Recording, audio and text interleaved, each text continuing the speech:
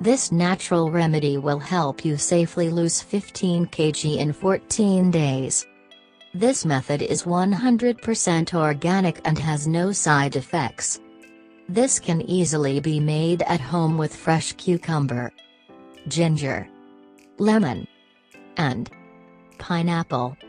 Let's get into the method of preparation. Step 1.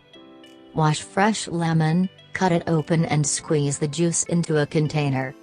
Step 2. Wash fresh cucumber and cut into slices.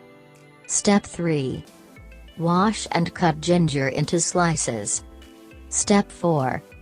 Peel pineapple and collect the peels into a saucepan and leave the pineapple fruit in a clean bowl.